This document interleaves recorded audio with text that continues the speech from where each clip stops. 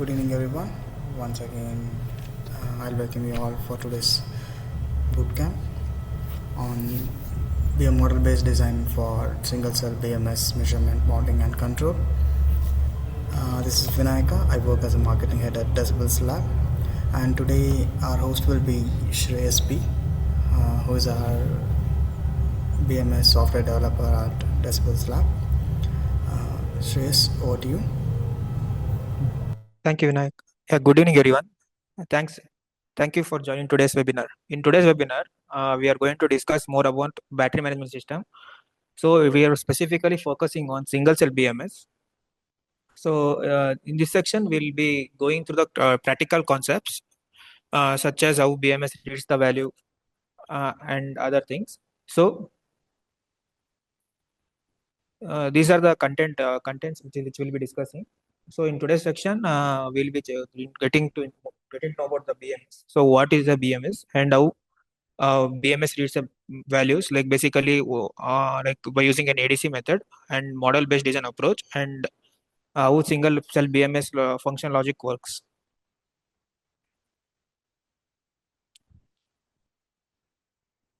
So when you think of BMS or a battery management system, so what comes to your mind? So a battery management system is nothing but it is a brain of a cell. So basically, it monitors temperature, voltage, and current of the cell.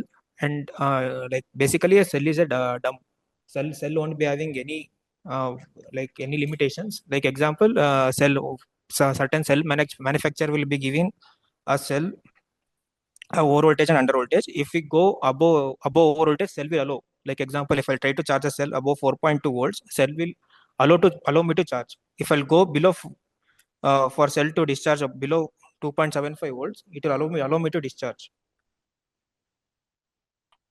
So because cell is dumb, the cell won't resist anything. It will allow me to charge or discharge above the limits. But if I'll do so what will happen is over the time the cell may lose its capacity. By overcharging, cell may start leaking, or cell may do the thermal runaway, the other things, and by discharging more, it may lose the capacity. So to avoid this, what we'll be having is we'll be having an electronic system, so which will monitor the cell voltage, current, and temperature. Based on that, we will be limiting the cell given by the manufacturer. So for that, we'll be using a BMS. So if you'll consider your phone or a power bank, which you'll be using, or an earbuds or other things. So all the things which have lithium-ion cells, so those will be having an BMS. So basically, BMS will communicate to your phone and says, "Okay, I am losing the charge. Please charge me. I am charging now. Oh, okay, I'm charging now." So these are the parameters, and these are the consideration. The BMS will communicate to your phone, your power bank, and other things. Through that, we'll get to know the parameters. So, what is our responsibility? What we have to, like, as an BMS engineer or an BMS software developer, what we have to do to the BMS? So, we have to program some language, some logics, so that those logic will be like over voltage, under voltage, over current, over temperature, and under temperature. Like example, if our cell reaches 4.2, which is given by a manufacturer, we have to stop charging the cell more than 4.2. So we have to turn off the charge MOSFET. If the cell reaches less than 2.5, that time which is given by the manufacturer, we have to stop discharge MOSFET. After that, like example, any over current has been started. Like manufacturer has said we can't draw more than 5 amps from a cell. If someone tries to draw more than 5 amps from the cell, we have to stop it by saying that over current has been occurred, so we are stopping it. Over current is different from the short circuit protection. Short circuit protection will be given in a board or a manufacturer, and over temperature, under temperature. So like while charging or discharging, cell may go over temperature or cell may go under temperature. So if cell goes above some certain temperature, we should not charge the cell more or discharge the cell more. If cell is in below some temperature, manufacturer will suggest that we can't charge or discharge the cell. So for that everything, we have to develop a logic so we can do the things, and SOC estimation. So SOC estimation is one of the main thing for which the BMS will be used. For SOC estimation, we have many techniques like Coulomb counting, Kalman filter, extended Kalman filter, etc. So those algorithm will be dumped to the MCU. MCU will read the voltage, current, and temperature. Based on that, the SOC estimation will be done. So based on the safety and SOC estimation, our charge and discharge MOSFET will be controlled. So on your right side, you can see there is a block diagram. This is a single cell BMS block diagram, basically software development board which we have developed. So here you can see there is an adjustable load, and so this is an adjustable load. So this through this, what we can do is we can adjust the current irrespective of voltage. Let voltage be anything. So we can draw constantly 2 amps, 3 amps, or 0.2 amps with a step. And these are a charge and discharge MOSFET. So we can control the charging or either charging or discharging by enabling the charge and discharge. Then this is a cell selection. So here we have two relays. One is cell enabled relay. Cell enabled relay will enable any one of the cell to either charge or discharge. And there is a cell select relay. This cell select relay will enable to select either cell 1 or cell 2. So if I want to do the test for cell 1, what I'll do is I'll just trigger the cell select relay to cell 2, and I'll turn on the cell enable relay. So it will connect to charge or discharge, and I can turn on the charge or discharge MOSFET. Based on that, I can charge the cell or discharge the cell. And this is the charge section. So here I can select which is the cell I'm using. If for lithium ion cell, my over voltage limit will be 4.2, and for LFP it will be 3.6. Same way I can set the current. I can set the current max up to 1.5 amps to charge, 0.5, 1 or 1.5. And these are the NTC inputs. NTC inputs in the sense, this like each cell will be having NTCs. So these are the NTC inputs. So NTC 3 and 4 are connected to the body of the cells, and 1 and 2 are connected to 1 and 2 are connected to the terminal of the cells. So all the NTC will come to the NTC inputs. Here we have a differential amplifier. So a differential amplifiers will rectify the noise, and that will be given input to the MCU. And we have an ambient temperature just to compare the temperature values. And we have a J-link on J-link and powering section. So J-link is nothing but is a communication code between our system and the MCU. So whatever the code we generate, that will be converted to the system to understand, and all the code will be dumped to the MCU flash through J-link. And we have LED indicators. These LED indicators will indicate what are the things we have programmed, and we'll be having LCD display and differential amplifiers. So for current measurement, what we'll be having is we'll be having a shunt resistor. This shunt resistor will go to the differential amplifiers. These differential amplifiers will amplify the shunt resistor drop. Based on that drop, we'll be getting to know what is the current flowing through the resistor. Like normally V is equals to IR formula. So V by R is equals to I. So this current will be very this resistance will be very less, like 6 milliohms.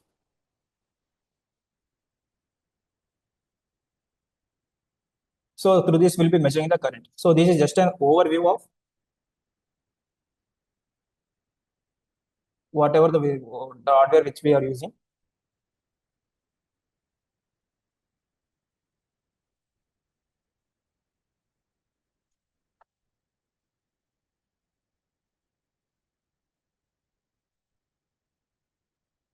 So BMS is nothing but it is an electronic system that acts as a brain of a battery. So here we are using an MCU to write all our code. So this MCU is ARM Cortex M4 based, and it is NXP S32K144 series. So all the logic what will be writing, right? It will be going to the MCU. Through MCU will be controlling charge, discharge MOSFET, and other things based on our logic.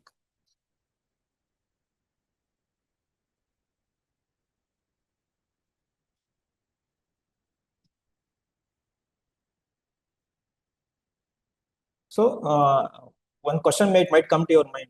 So see, it's like before and all, we were using lead acid battery. Like in UPS and all, you might have seen there is a lead acid battery.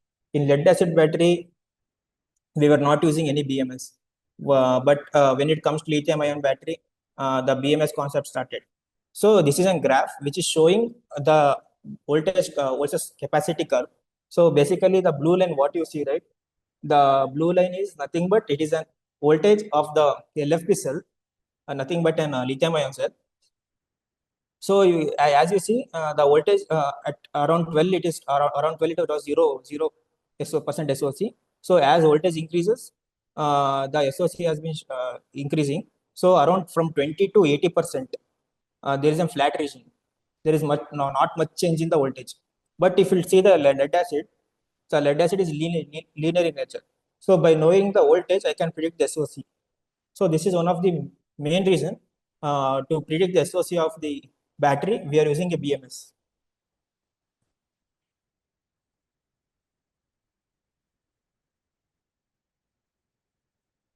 So like in first slide, we saw the three pillars of the BMS are voltage, current, and temperature. So now we will get to know how the BMS measures those part, like example voltage, current, and temperature. So the MCU what we are using, right? The MCU will be having a peripheral known as ADC. ADC is nothing but it converts the analog thing into the digital format. So it bridges like example like our battery will be having an voltage. Voltage ranges from like 2.5 to 4.2, but the MCU only can understand either 0 or 1. So our an ADC will convert that voltage range to understandable format for MCU in a bit format. So when we'll come to the analog ADCs, there are many things. Like one of the things is reference voltage. So reference voltage is nothing but that till what value you want to measure. Like example, I'm speaking, and I'm speaking whatever I'm speaking that is converted to digital format. Then you are listening that voice. So my voice is nothing is staying between 20 hertz to 20 kilohertz. So that is nothing but a range of my voice. So below that also mic won't take it. Above that also mic won't take it. So between 20 hertz to 20 kilohertz, the mic will take and it will just convert it to digital format and it will send to you people to listen. Same way, there is a reference. So from 0 to 3 volts, whatever 3.3 volts, what we are measuring. So from 0 to 3.3 volts, whatever the value comes, our MC will take and read it. So above 3.3 volts, it will consider as 3.3 volt only. Below 0, it will consider as 0 only. So that is nothing but a reference to measure from where to where. And resolution. Resolution is nothing but like in audio file, you might have heard of 24-bit, 32-bit resolution. Resolution is nothing but how small thing I can detect, like how small millivolts. Like example, 12-bit resolution is nothing but I can detect some small millivolts, like 4 millivolts, 3 millivolts. 10-bit is nothing but I can detect only 10 millivolts or 20 millivolts. So higher the resolution, more finer I can measure. Third is nothing but precision. So precision is nothing but how precise I can measure a value. So the precision will depend upon the reference voltage and the resolution of ADC, what we have selected. So lesser the reference voltage, more the ADC value will get more precise values. Like 3 by 4095. 4095 is nothing but the resolution, 12-bit resolution. So 2 to the power 12 minus 1. That is number of bits we can calculate.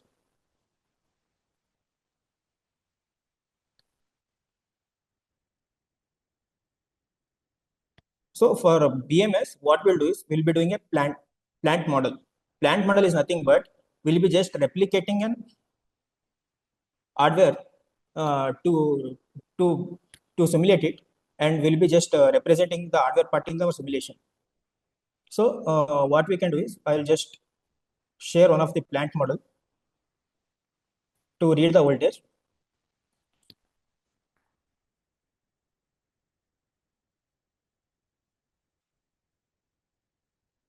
So this is a Planck model to read the voltage. So V in the sense the input what we are giving, like it can be any voltage. So what I have taken is I have taken the V in as 12 volts, and R1 and R2 just I'm making it as a resistor divider circuit. So I'm just making it as a resistor divider circuit. So if I just see the value, it's having 50k. R1 is having 50k,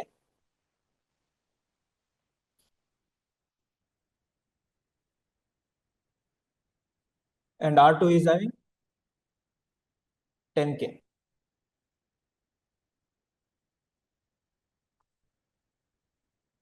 So by using simple normal resistor divider formula, we can get to know the output voltage across this point. Can anyone say in the chart what will be the output across this voltage? So input voltage is 12 volts. I am taking up R1 as 50k and R2 as 10k.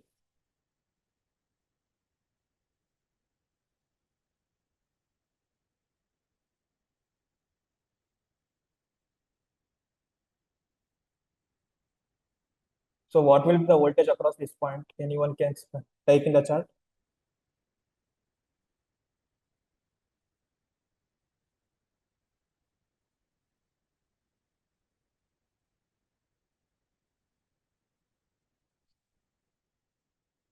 So voltage across this will be 6 volts.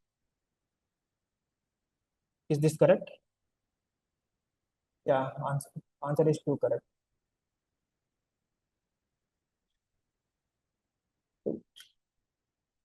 Yeah, I'll be getting 2 volts here. So what I'm doing here, this block will act as ADC.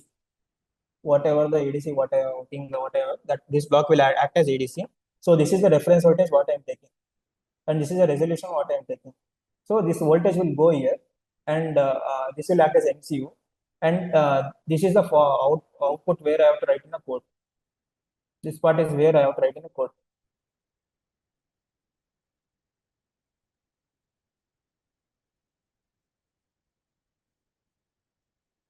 Okay.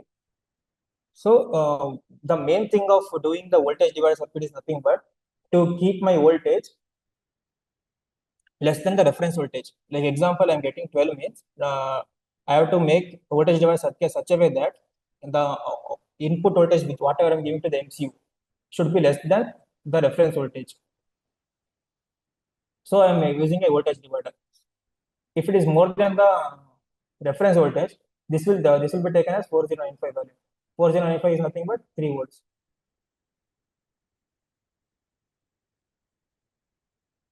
So that is one of the main things for using the voltage divider circuit. So after dividing it, giving this bits value to the MCU, this MCU will do the internal ADC conversion. This is nothing but a plant model. Plant model is nothing but just we are replicating whatever the MCU does inside it, and we are just giving it. And this is what we'll be having in our code or a model. So the ADC value we got is 2730. That we have to convert to the voltage value. So I'm giving 12 volts. I'm getting the 12 volts. After doing the factors, I'm getting as 12 volt. So for converting ADC to the normal voltage, what we'll do is we'll divide reference voltage, V reference, divided by resolution of the ADC what we are using. So in our case, V reference is nothing but 3 volts, and the resolution of ADC is nothing but 12. Sorry, 4095. That we have to convert into bit. So like its formula is nothing but 2 to the power n minus 1. Here n is 12.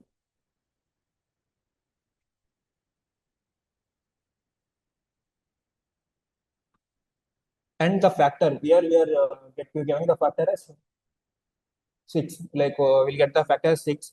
So whatever the factor we get, we have to multiply it with here. So we'll get the actual voltage value. So this is one of the way how we do the voltage value, reading the voltage value by using the resistor divider circuit or voltage divider circuit.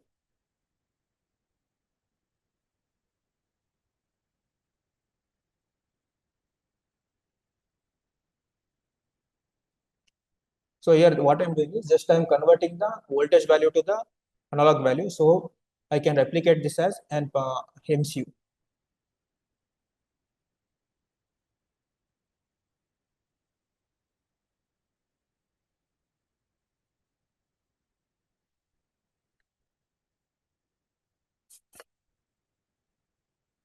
So this is another method. So this is like a more precise and industry standard method. So this is the active bearing gas means cell. So this is cell is having nominal voltage of 3.65 and its capacity is around 4.5 H.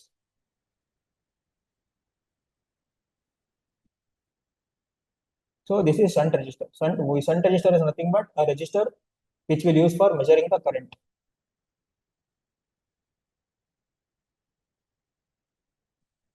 And here I have a load resistor. Load is nothing but just to draw some current from the battery. I am using a load.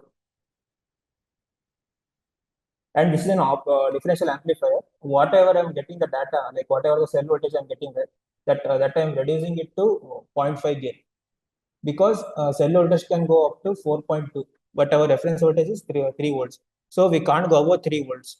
If you go above 3 volts, it will take it as a 4095. It's nothing but 3 volt. If you take it as 3 volts only, it can't measure. So I'm reducing the cell voltage what I am getting to 0.5 gain times gain.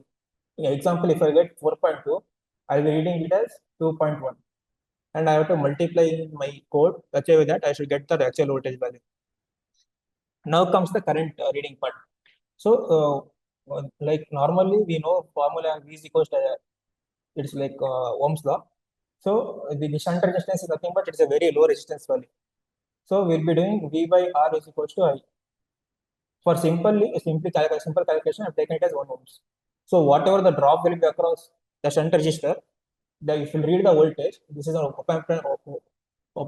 operational amplifier. Sorry, this is the gain is 1 million.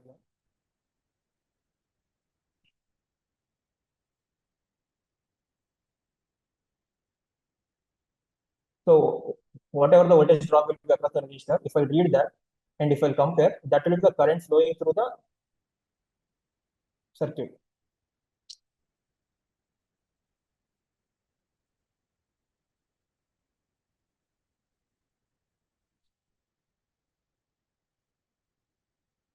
So if I run the simulation, you can see the voltage and current value of the cell.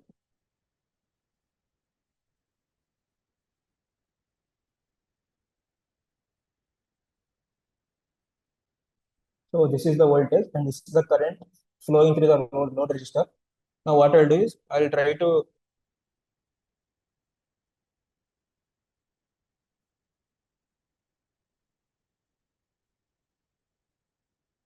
try to decrease the resistance value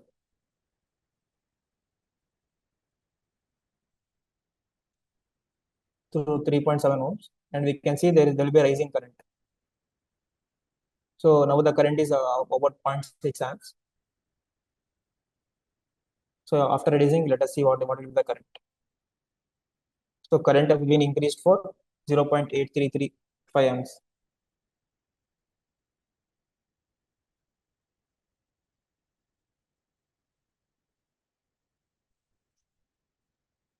So through shunt resistor drop, we are measuring what is the current value. That will be the shunt resistor drop has been read here. Like this is one of the point, and this is one of the point. These both point are going here to this voltage measurement, and this is going to the operational amplifier. Operational amplifier is just now I have given the gain one, but in real BMS this will be in milliohms, like 6 milliohms or 150 micro ohms sometimes if the current value is more. So that time what we'll do is we'll increase the gain of the operational amplifier. So it will go to like 6.66 or 100 to sometimes 100 times also based on the what precise we want to measure. And same way that will be go to the DAC. In DAC, what we have to do is we have to reverse this formula. Like whatever the value we get, it will be in voltage. So we have to find out the current for this. So we have to divide by R. In our case, that is 1. So I like nothing, not divided by anything. If we change the shunt resistance value, we have to divide by R. Same way for voltage, I'm using operational amplifier. So what I'm doing here is nothing but I'm just reducing the whatever the voltage I'm getting, reducing its voltage by 0.5. Like I'm getting 4.2 means I'm doing it for 2.1 volts, and I'm sending it. So because maximum our ADC can measure is 3 volts because of the reference whatever I've given. For that, I'm reducing the voltage to 0.5 of the voltage whatever I'm getting, and then I'm converting it to the actual voltage value. I'm getting the actual voltage value here.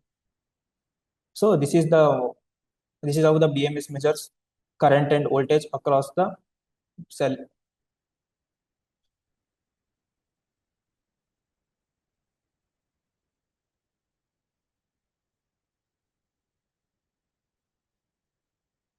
So now what we'll do is we'll check how the BMS reads the temperature. So NTC is nothing but NTC is on register. NTC is nothing but a register.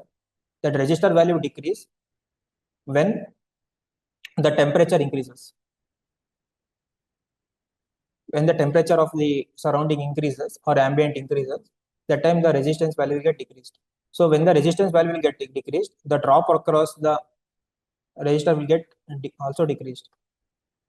Let's say at 25 degree, the resistor value was 10K. When the temperature increases to 30 degree, so the resistance value get decreased by 9.8K or something. So that time what will happen is drop across voltage also drop across the resistor also will get decreased. So through that, what we'll do is we'll be measuring the voltage drop across the register, and through that we'll be finding out the temperature. So for this, what we have done is we have created a lookup table. This is a lookup table where it will be having it for different ADC value, like for different ADC value, we'll be having different temperature. So based on that,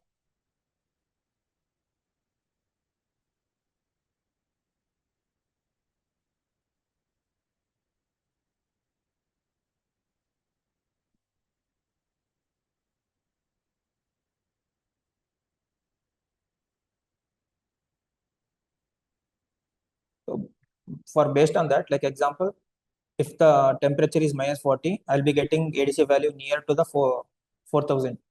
And if the temperature is like 120 or something, I'll be getting ADC value near to the 250 or like that. So based on that, we'll be finding out the temperature. So just I'll show some demo. Like now I set the resistance value to 10K. So I'm getting the resistance temperature as 25. So now what I'll do is I'll just decrease the resistance value.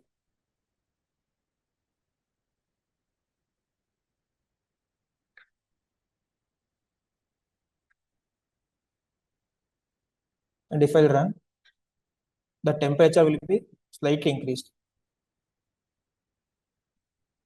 So if I decrease the temperature value, like resistance value till more, the temperature also will be slightly decreased.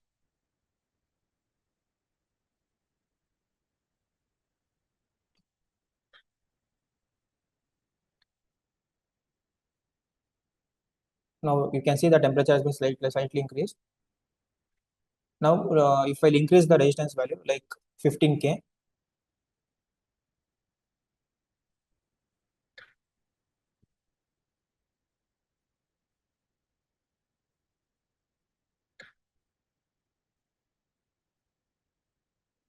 can see the temperature has been decreased. So based on the resistance value, we'll be predicting the temperature. So as temperature changes, the resistance value of the NTC will change. When the resistor value of the NTC will change, the drop across the NTC will get changed. So when the temperature increases, the resistance value will get decreased. So when the resistance value will get decreased, the voltage across the drop across that also will get decreased. So that time ADC value also will get decreased. So based on that, we'll be predicting the temperature.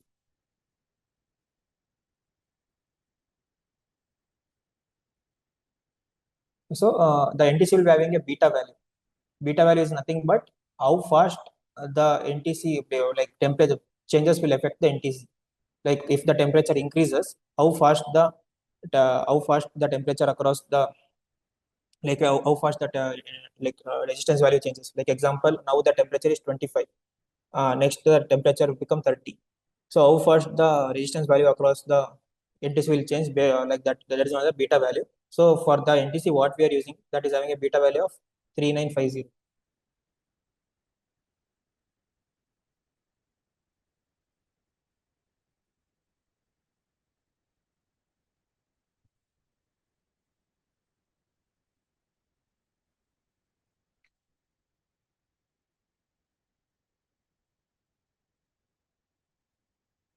So this is how we'll do a plant model for just getting to know how our circuit is working.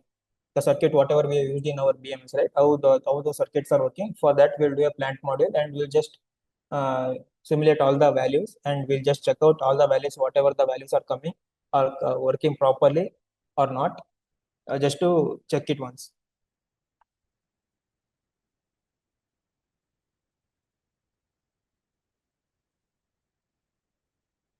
So after this, what we'll be doing is we'll be developing a logics for voltage, current, and temperature protection. For that, what we'll be using is we'll be using a mill model. Mill model is nothing but model in loop. So in this mill model, what we'll do is just we'll give out some dummy values and we'll check how our logic works. For that, like example, this is an voltage protection circuit logic. In this voltage protection logic, these are just dummy values, and this is a logic. This is a chart from which we'll just check how our logic works. Like according to this logic, if voltage of the cell is greater than the over voltage trigger value, whatever we are given, that time what will happen is it will come here and it will wait for some certain time. That the delay what we are given is 2 seconds. Why we are given this delay is nothing but we want to avoid the noise trigger or the false trigger of the fault. So for that, what we'll do is like example, I have a bumpy road. This is a bumpy road, and I have a tanker. This is a tanker, and this tanker is having a sensor or top. So this tanker, like example, this tanker is carrying off of the capacity of whatever it wants. So, like example, let's say this is a petroleum tanker. This tank is off full and it is having a sensor at top. The sensor will detect whenever the tanker is full. So now I'm going on a bumpy road. Because of bumpiness, what will happen is that the liquid, whatever it is there, will get shifted like this and it will shifted like this.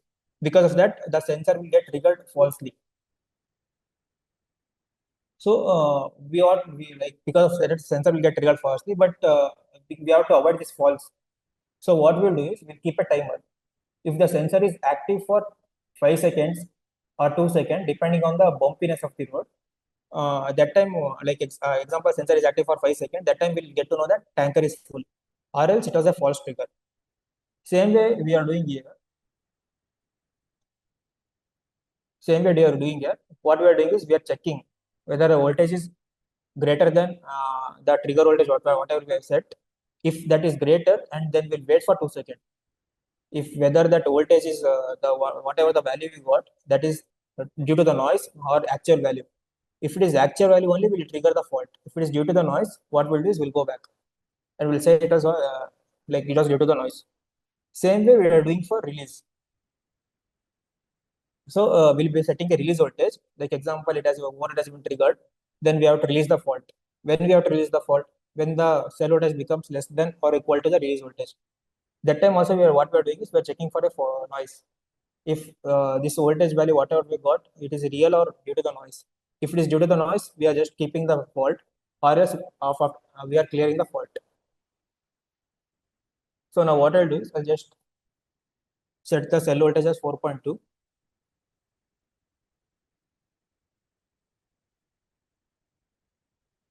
And I'll set the over voltage fault as 4.2 and release as 3.8, something like that.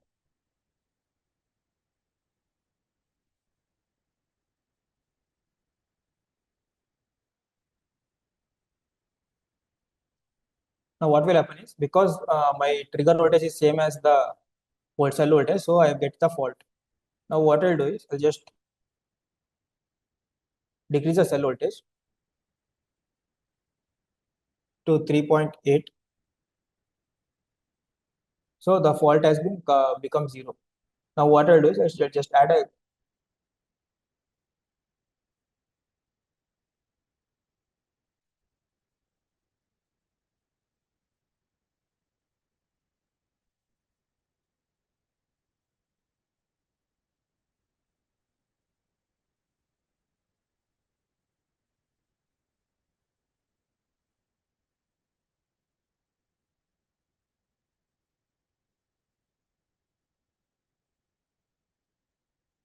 I'll just add a slider and just connect with the constant just to simulate the noise.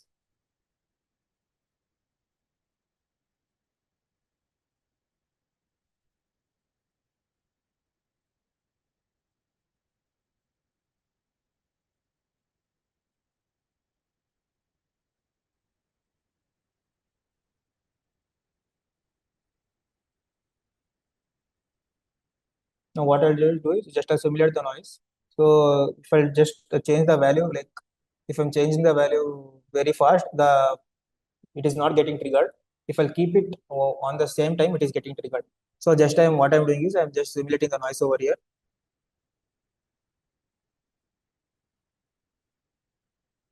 So for noise, it is not getting triggered.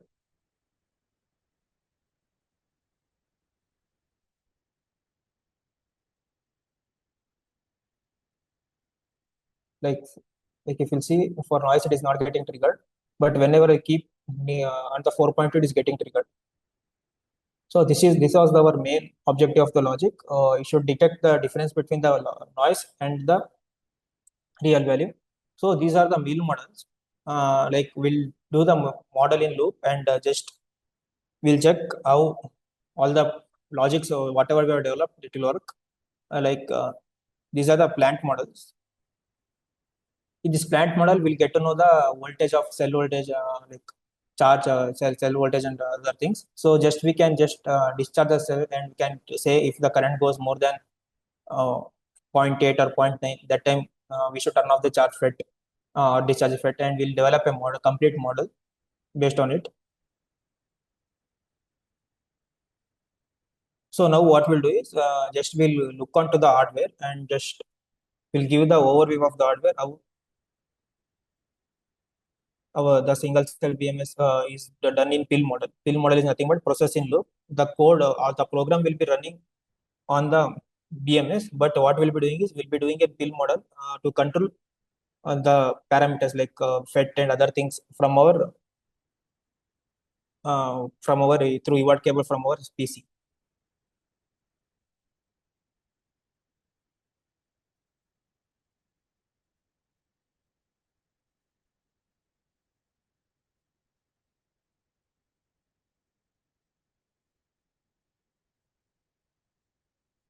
Just a moment, I am opening the pill model.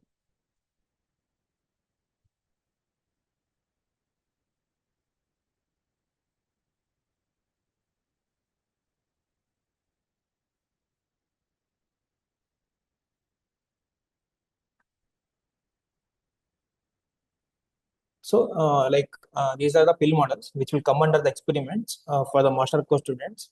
So example, we are using an NX-32 K1 series controller. So these are the base software blocks.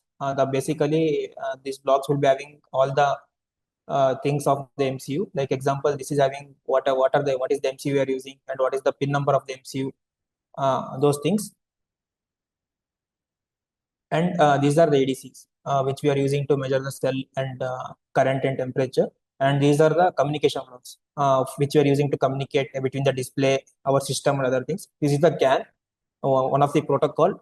If you want to DC chain or if you want DC like twisted pair protocol, so we can use it with other things also. So here we are reading the ADC value. So as I showed in the this thing plant model, we are this is a cell voltage what we are reading, and these are the temperatures what we are reading, and this is a current.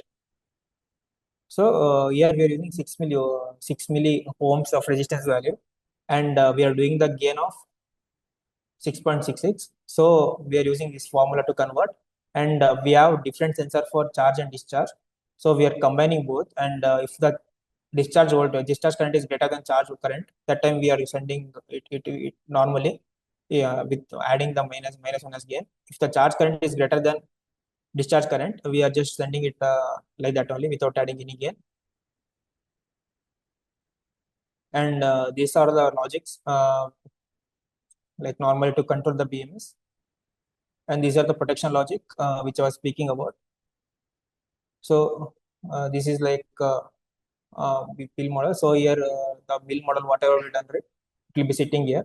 Whenever the fault comes, what will happen is this fault will be taken as input to the control logic. Like if any like discharge, any fault occurs, we'll be turning off the charge or discharge spread based on that. So we'll be developing everything in the MATLAB. So to dump the code to the board, we'll be using embedded coder. And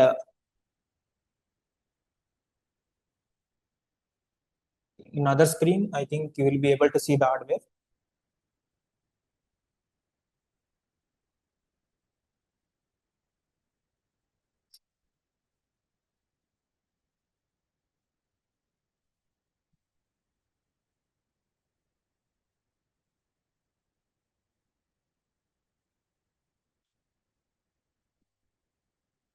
Okay, I'll just stop sharing the screen.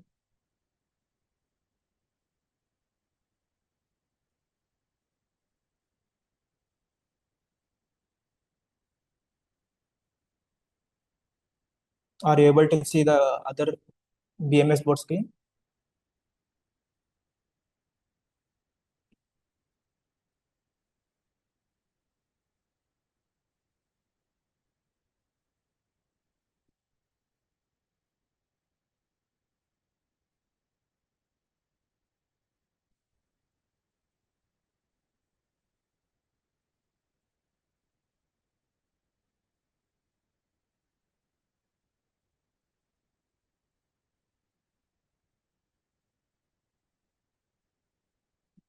Just a moment.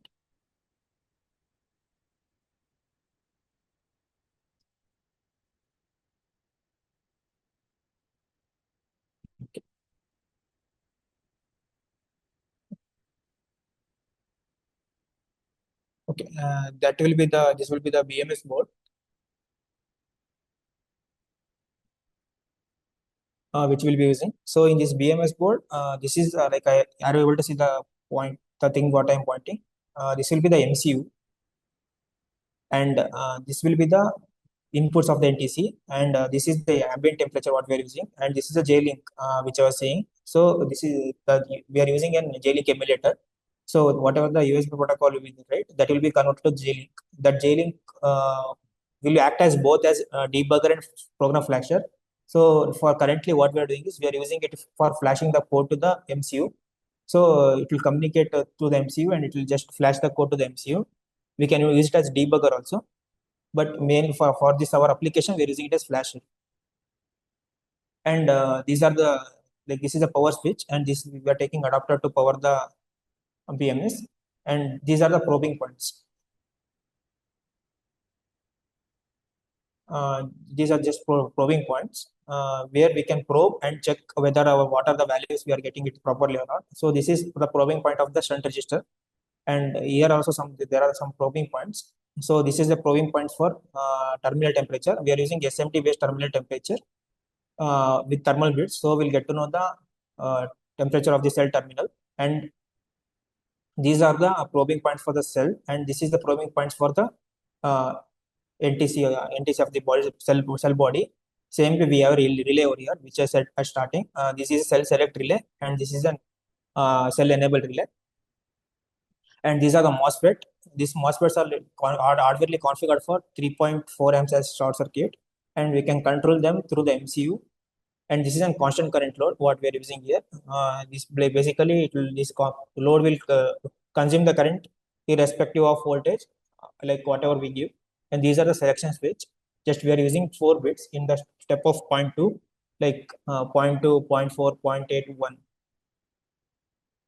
You can control through that. And this is just overview of our board. You can just see my screen, that PC screen. So what is happening is I'm just compiling the code through MATLAB, and I'm just dumping the code to the BMS. So now the compilation is happening. In this compilation, what will happen is first, whatever the logic we have written, that logic will be converted to C language. And by after writing converted to C language, there will be a GCC compiler. That GCC compiler will compile all the logics what we have written, and it will make it in a X file or .elf file so that the MCU can understand. And through JLink software, it will be dumped to the board.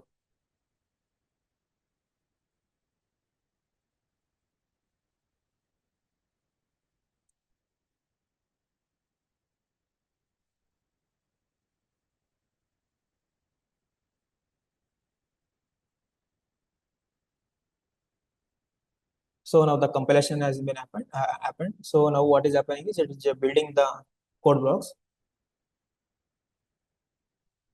So in building, what will happen is nothing but whatever the C code will be generated, that will be converted to the X file or .elf file or .mod file based on the debugger or the flasher what you're using.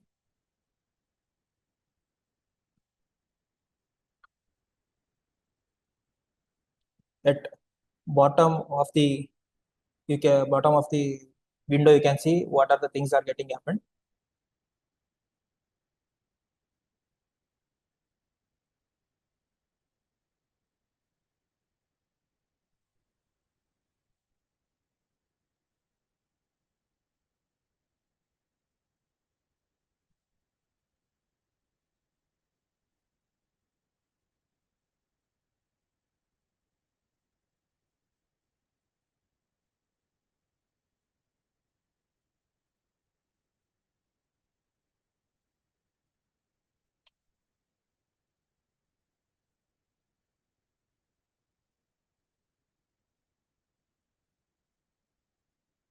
It will take a moment to just build a code and compile a code and dump to the MCU. Just a moment.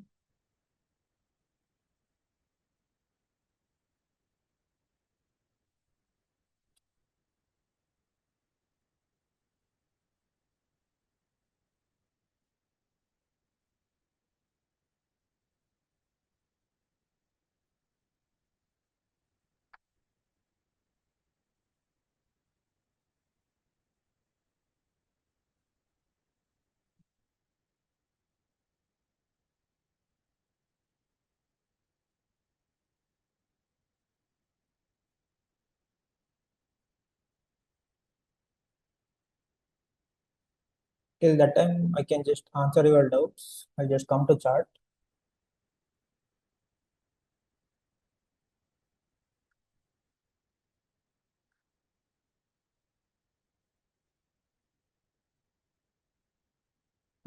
Yeah,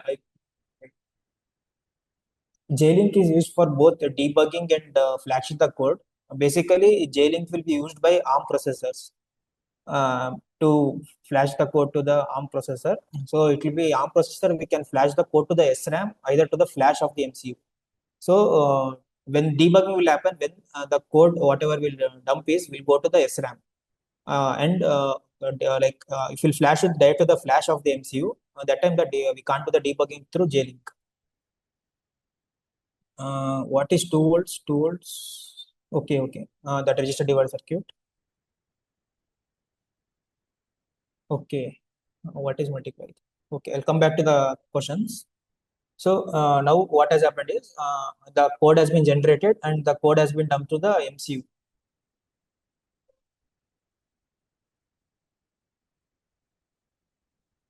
Code has been dumped to the MCU. So like example, if I want to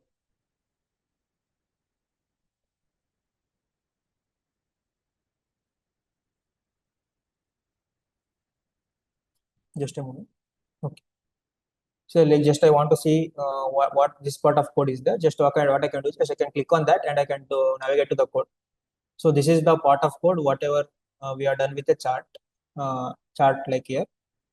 So same way, we can just navigate to the part of the code and we can just check what that code means really in the C code. So now code has been dumped. For doing a pill model, what we want is we want any communication which will be happening with the BMS. For that, what we are using is we are using event communication, and this is just a normal Simonic model which we have built on top of it, just to do the communication and to get to know all the real time values. So now on the screen, what you are seeing is these are the real time values what we are getting from our BMS. So this is like in a relay value. Just I can just toggle the switch and I can control the relay of my board, and I can just charge or discharge myself based on this. So these are the values I can take to control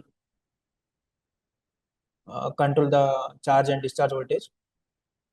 So you can see I just have enabled the charger, and the charging has been started with 1.4 amps. I think it has reached the over voltage protection. So here you can see I given the current as 0.5. So if it goes above 0.5, my FET will turn off. Same way I can just start discharging. So now the BMS is in fault, it's still faulty condition. So I have to wait the BMS to recover because of the current what I have given. So now the discharge has been started, and you can see discharge current is like 1.4, but I have given it as -1. So the FET will get out turn off automatically, and it will trigger the fault. So this is like a pill model. What will be doing pill model? These are the things like we'll be developing a main model, and we'll be checking through the pill model, like the other model, how the things works.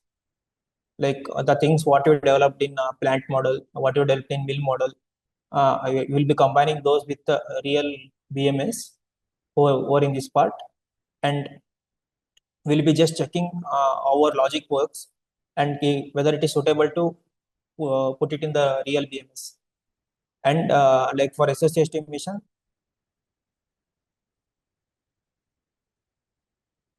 in this SOC estimation, just we have a normal Coulomb counting. Coulomb counting in the sense, just a moment.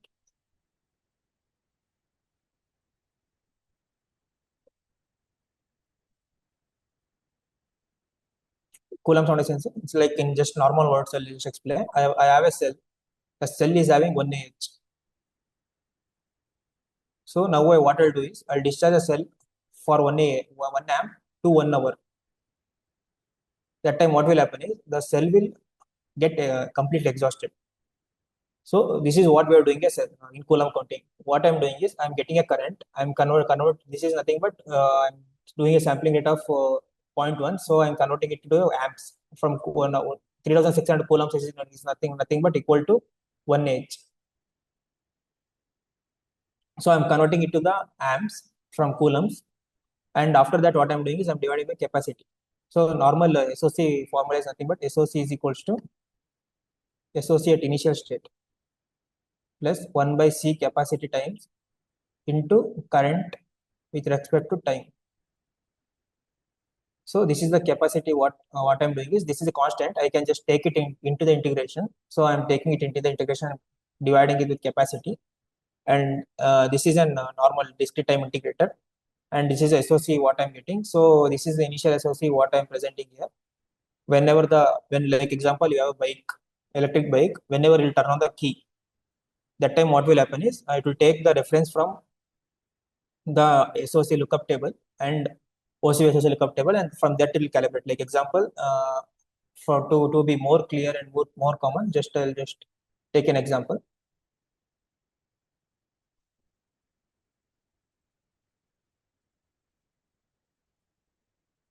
So I have an water bottle, or I have a bucket. So bucket is having some X amount of water. So what water it is having, to get to know that, there will be a marking on the bucket. That will be like example 1 liter. 1 liter, 2 liter, something like that. So that will be marking. So this will be the OCV SOC, whatever we'll be doing, what will be getting. So example, OCV SOC it can't be worked when we are charging or discharging, because if I tilt the bucket, the what will happen is the water will get tilted.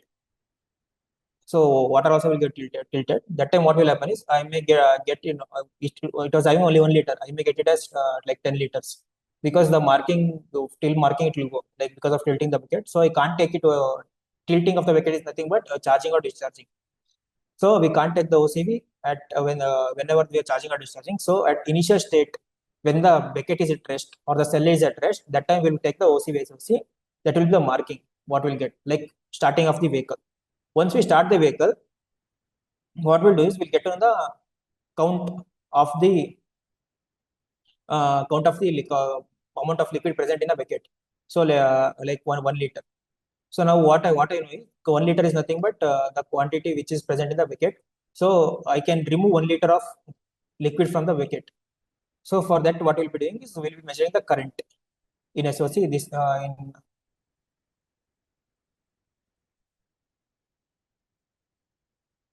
in SOC we'll be measuring the current.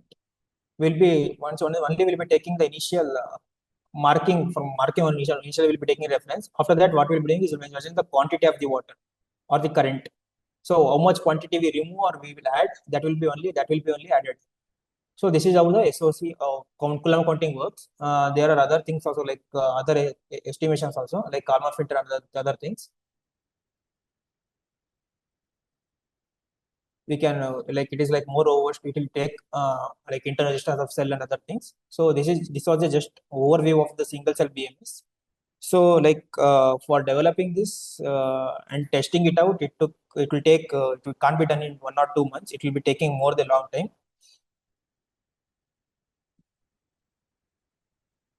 So main thing will be the testing. So the reliability will matter the more.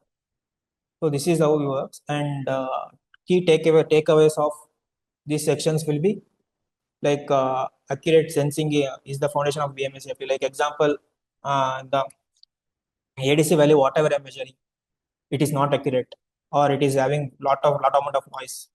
Then the algorithm whatever I'm developing on that, it won't work properly. And ADC characterization will directly affect the production logic. And model based design will reduce the development risk, because we'll be developing a plant model, we'll be developing a mill model, and we'll be developing an pill model, and we'll be testing out all our logic through that things, and then we'll be dumping it to the real BMS for working it on independent. And function logic will ensure the safety of operation. Like example, what are the production logic, voltage production, temperature production, current production, whatever develop, just it will ensure the safety. Like if battery is only not good, our BMS won't work perfectly fine. So if the one thing is just it will ensure the safety that battery should not overcharge or over discharge. But if the battery is only not good, our BMS can't do anything. So these are the key takeaways. So if you have any doubts, you can just drop it in the chat. I'll be just reading the chat.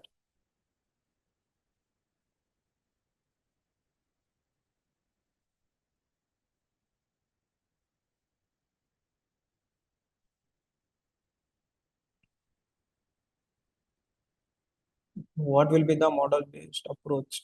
Model based approach is nothing but he'll be doing in a control system manner. Like you can see here, these are all the blocks we'll be using, and we'll be doing it in a control system models. So this is nothing but a model based blocks. So at the end of the day, this also will be become this also will go to the C code only, but it will be more detailed and more understandable manner. What are the names of the models you mentioned just now? I know I only know the plant model. Okay, just a moment. I'll just open and show.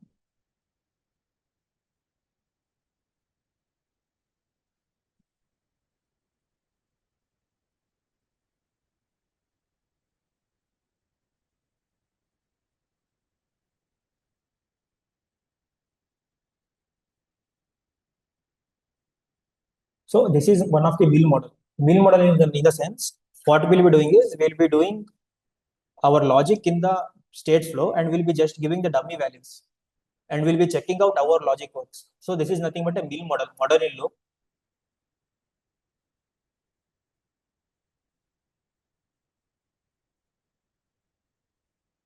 Then this is a plant model. Plant model in the sense, just we'll be simulating the circuits like input, outputs, and other things, and we'll be checking out our circuit works.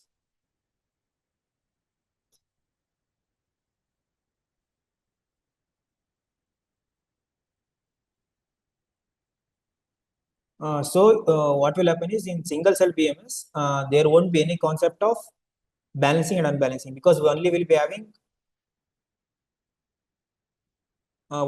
a single cell, so that there won't be a concept of balancing or imbalancing. When we'll do a cells in series and parallel, or that time what will happen is because of the characteristics of the cell, that time the cell will get either charged or discharged because of charging or discharging.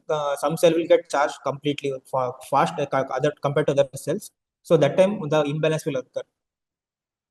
So that time what we'll do is we'll be tapping the individual cells of the cells of the battery. That time we'll do passive and active balancing. Through that we'll just balance out the cell. So that is a concept of multi-cell BMS.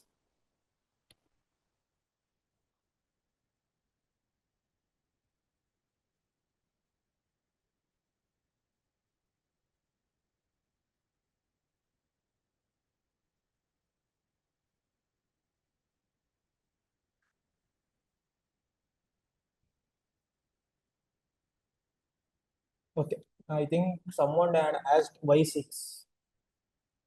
So what is happening is I have given you a 2 voltage 12 voltage as 12 volts.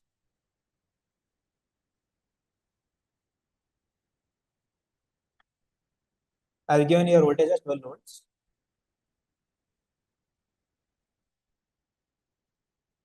That time what will happen is I am getting here 2 volts. So like example, let us assume this as y, this as ya.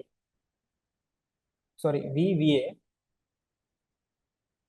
So V will be equal to 6 times of VA. So get to know the actual voltage, I have to multiply it with 6.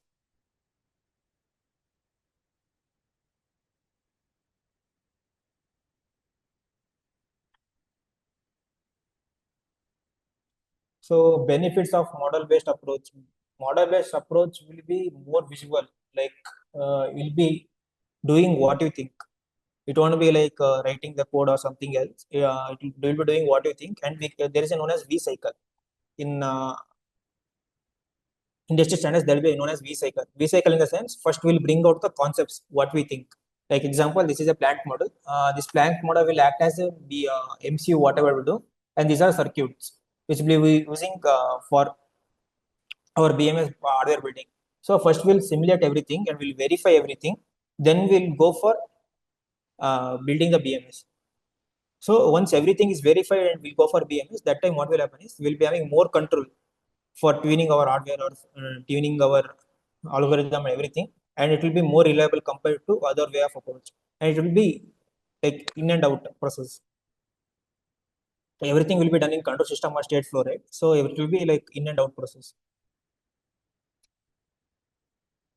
Mm, like in just if you'll go to NXP website and if you type MBDT, I will get to know the toolbox of those and what is the clock frequency of MC. Basically, we are using 8 megahertz as external clock frequency, and internally we are tuning it to 80 megahertz.